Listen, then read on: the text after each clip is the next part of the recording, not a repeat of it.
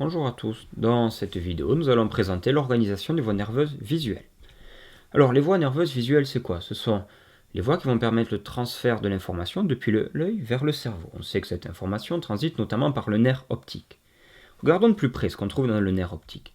Si on regarde un nerf en coupe transversale, on voit que ce nerf est fait de plein de petites unités ici qui sont regroupées à l'ensemble du nerf. Ces petites unités, si l'on dilacère les nerfs, on voit qu'elles sont ici, ce sont ces fibres nerveuses. Alors, quelles sont ces fibres nerveuses? On sait que la cellule qui permet le transfert d'une information nerveuse, c'est le neurone. Ce neurone est toujours fait d'au moins 3 parties. Les dendrites, ces prolongements ici, le corps cellulaire et l'axone. Ici, les prolongements, les fibres nerveuses que l'on voit sont les axones de certains neurones. Alors, quelle est la nature de ce message nerveux qui passe à l'intérieur? Eh bien, grâce aux travaux de Huxley et Huxley, 1939, on peut en savoir un peu plus. Ils ont cherché à savoir si un message électrique pouvait transiter au sein d'un axone. Ils ont pris un axone géant de calamar, ils y ont mis une électrode pour mesurer l'activité électrique de ce neurone, reliée à un voltmètre, et une autre électrode pour stimuler ce neurone.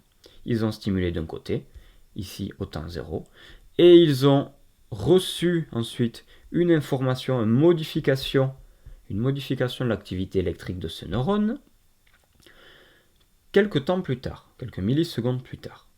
Eh bien, cela montre que si je stimule d'un côté, avec une activité électrique, j'arrive à capter une activité électrique de l'autre côté. Un message nerveux électrique peut donc transiter le long d'un axone.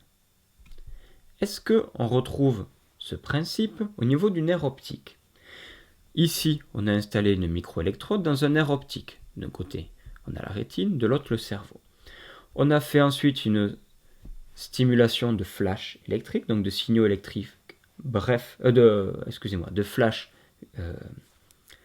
lumineux, donc des signaux lumineux assez courts, et on constate ici, on mesure l'activité électrique du nerf optique, on voit qu'il y a une activité électrique, ici un pic représente une activité électrique, chaque pic est la conséquence d'un flash lumineux. On peut donc dire qu'au sein du nerf optique, l'information visuelle est codée en activité électrique. Alors, comment maintenant circule l'information électrique au sein d'un neurone? Les neurones sont toujours constitués de dendrites, corps cellulaire et axones. Dendrites, corps cellulaire, axones. C'est valable pour tous les types de neurones. Et en plus, l'information nerveuse passe toujours dans le même sens. Des dendrites vers l'axone. Des dendrites vers l'axone. Toujours. Du coup, on peut appliquer cela au niveau de la rétine. Et on sait que les cellules photoréceptrices envoient l'information nerveuse visuelle, d'abord à une cellule bipolaire, donc un neurone bipolaire, et ensuite à une cellule ganglionnaire, donc un neurone ganglionnaire. Ce neurone, on a ici dendrite, corps cellulaire et axone. Le message nerveux passe donc depuis les dendrites vers le corps cellulaire et ensuite vers l'axone. Ces axones qui constituent le nerf optique. Alors, où est traitée dans le cerveau cette information visuelle? Le cerveau est divisé en plusieurs lobes. Et on va rechercher dans quel lobe, quelle partie de ce cerveau est traitée l'information visuelle. Nous avons ici à gauche une personne qui regarde des mots écrits. On regarde quelle est l'activité de son cerveau. À droite, on a une personne qui entend des mots sans rien voir. On voit qu'ici, la différence se situe dans le protocole au niveau de la vision des mots écrits. On voit qu'ici, il y a activité lorsqu'il y a lecture des mots.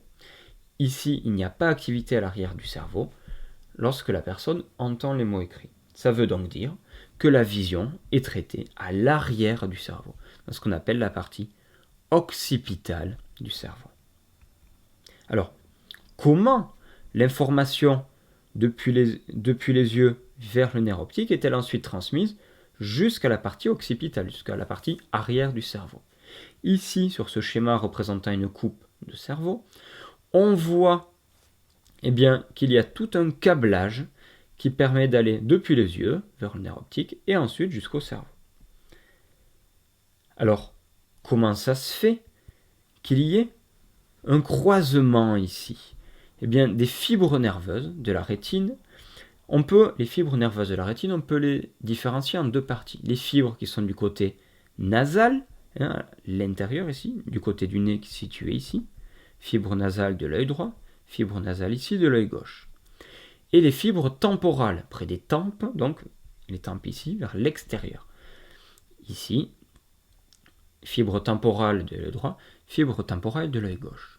Ce qu'on constate, c'est qu'il y a un croisement de certaines fibres, pas de la totalité des nerfs optiques, attention, mais que des fibres nasales des deux yeux. Que des fibres nasales des deux yeux. Alors, quelles conséquences ça a, ça? Si je croise les fibres nasales, regardez ce qui se passe. Ici, j'ai un objet dans mon champ visuel à gauche. Un objet ici représenté en vert. L'information lumineuse renvoyée par cet objet va être captée d'une part par les fibres nasales de l'œil gauche et les fibres temporales de l'œil droit. Les fibres temporales de l'œil droit vont se projeter directement dans le cortex occipital droit. Alors, directement, non, il y a un relais ici qu'on verra plus tard. Les fibres nasales de l'œil gauche vont se projeter elles aussi dans l'hémisphère droit, grâce à ce croisement, grâce à ce chiasma. On appelle aussi une décussation. Ça veut dire que tout ce que j'aurai dans mon champ visuel gauche sera traité, tout ce que je verrai dans mon champ visuel gauche sera traité dans mon hémisphère cérébral droit. C'est le même principe pour ce qui est dans mon champ visuel droit.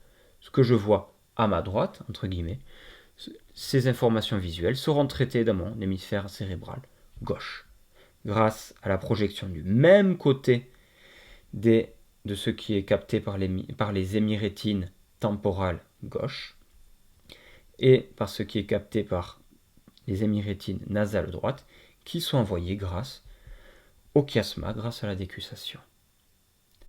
Ainsi, ces voies nerveuses permettent d'envoyer l'information visuelle convertie en information électrique depuis les yeux, depuis la rétine jusqu'au cortex occipital, et leur architecture, notamment au niveau du chiasma optique, permet de faire en sorte que ce qui est d'un côté du champ visuel soit traité dans la partie opposée du cortex occipital.